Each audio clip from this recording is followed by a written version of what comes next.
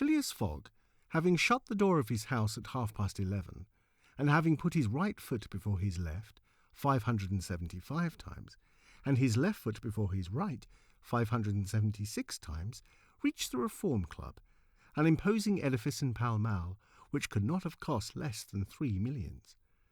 He repaired at once to the dining room, the 9 windows of which open upon a tasteful garden, where the trees were already gilded with an autumn colouring, and took his place at the habitual table, the cover of which already had been laid for him. His breakfast consisted of a side dish, a broiled fish with Reading sauce, a scarlet slice of roast beef garnished with mushrooms, a rhubarb and gooseberry tart, and a morsel of Cheshire cheese, the whole thing being washed down with several cups of tea, for which the Reform is famous. He rose at 1:13, and directed his steps towards the large hall, a sumptuous apartment adorned with lavishly framed paintings. A flunkey handed him an uncut Times, which he proceeded to cut with a skill which betrayed familiarity with this delicate operation. The perusal of this paper absorbed Phileas Fogg until 4:15, while the Standard, his next task, occupied him till the dinner hour. Dinner passed as breakfast had done, and Mr. Fogg reappeared in the reading-room and sat down to the Pall Mall at 20 minutes before 6. Half an hour later, several members of the Reform came in and drew up to the fireplace, where a coal fire was steadily burning. They were Mr. Fogg's usual partners at whist, Andrew Stewart, an engineer, John Sullivan and Samuel Fallentin, bankers, Thomas Flanagan, a brewer, and Gaultier Ralph, one of the directors of the Bank of England, all rich and highly respectable personages, even in a club which comprises the princes of English trade and finance. "Well, Ralph," said Thomas Flanagan, "what about that robbery?" "Oh," replied Stewart, "the bank will lose the money." "On the contrary," broke in Ralph, "I hope we may put our hands on the robber. Skilful detectives have been sent to all principal ports of America and the continent, and he'll be a clever fellow if he slips through their fingers." "But have you got the robber's description?" asked Stewart. "In the first place, he's no robber at all," returned Ralph positively. "What?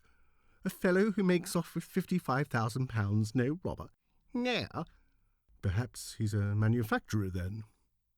"The Daily Telegraph says that he's a gentleman."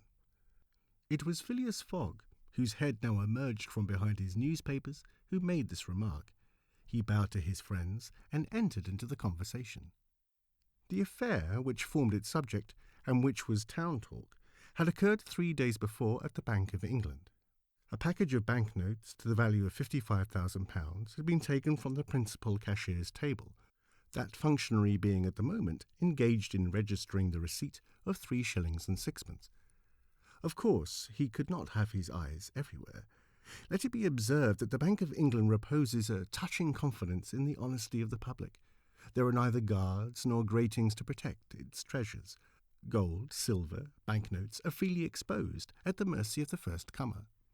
A keen observer of English customs relates that, being in one of the rooms of the bank one day, he had the curiosity to examine a gold ingot, weighing some 7 or 8 pounds. He took it up, scrutinized it, passed it to his neighbour, he to the next man, and so on, until the ingot, going from hand to hand, was transferred to the end of a dark entry, nor did it return to its place for half an hour. Meanwhile, the cashier had not so much as raised his head. But in the present instance, things had not gone so smoothly. The package of notes not being found when 5 o'clock sounded from the ponderous clock in the drawing office, the amount was passed to the account of profit and loss. As soon as the robbery was discovered, picked detectives hastened off to Liverpool, Glasgow, Le Havre, Suez, Brindisi, New York, and other ports, inspired by the profit reward of £2,000 and 5% on the sum that might be recovered. Detectives were also charged with narrowly watching those who arrived at or left London by rail, and a judicial examination was at once entered upon. There were real grounds for supposing, as the Daily Telegraph had said, that the thief did not belong to a professional band. On the day of the robbery, a well-dressed gentleman of polished manners, and with a well-to-do air, had been observed going to and fro in the paying room where the crime was committed. A description of him was easily procured and sent to the detectives, and some hopeful spirits, of whom Ralph was one, did not despair of his apprehension. The papers and clubs were full of the affair, and everywhere people were discussing the probabilities of a successful pursuit, and the Reform Club was especially agitated, several of its members being bank officials. Ralph would not concede that the work of the detectives was likely to be in vain, for he thought that the prize offered would greatly stimulate their zeal and activity. But Stewart was far from sharing this confidence, and as they placed themselves at the whist table, they continued to argue the matter. Stewart and Flanagan played together, while Phileas Fogg and Valentin for his partner. As the game proceeded, the conversation ceased, excepting between the rubbers, when it revived again. "I maintain," said Stewart, "that the chances are in favour of the thief, who must be a shrewd fellow."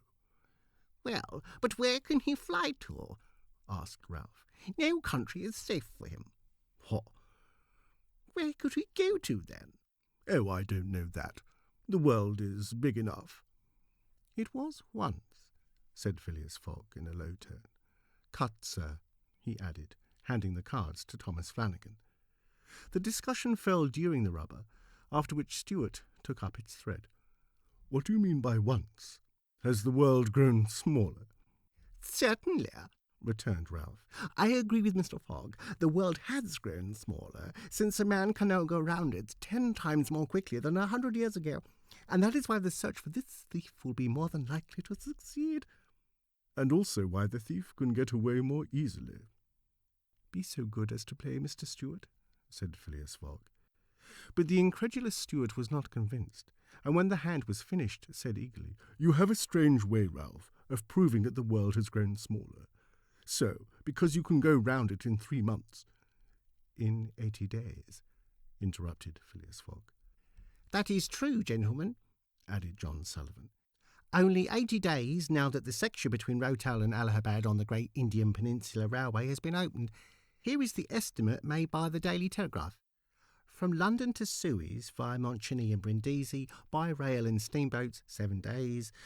From Suez to Bombay by steamer, 13 days. From Bombay to Calcutta by rail, 3 days. From Calcutta to Hong Kong by steamer, 13 days. From Hong Kong to Yokohama in Japan by steamer, 6 days. From Yokohama to San Francisco by steamer, 22 days. From San Francisco to New York by rail, 7 days. From New York to London by steamer and rail, 9 days. Total, 80 days.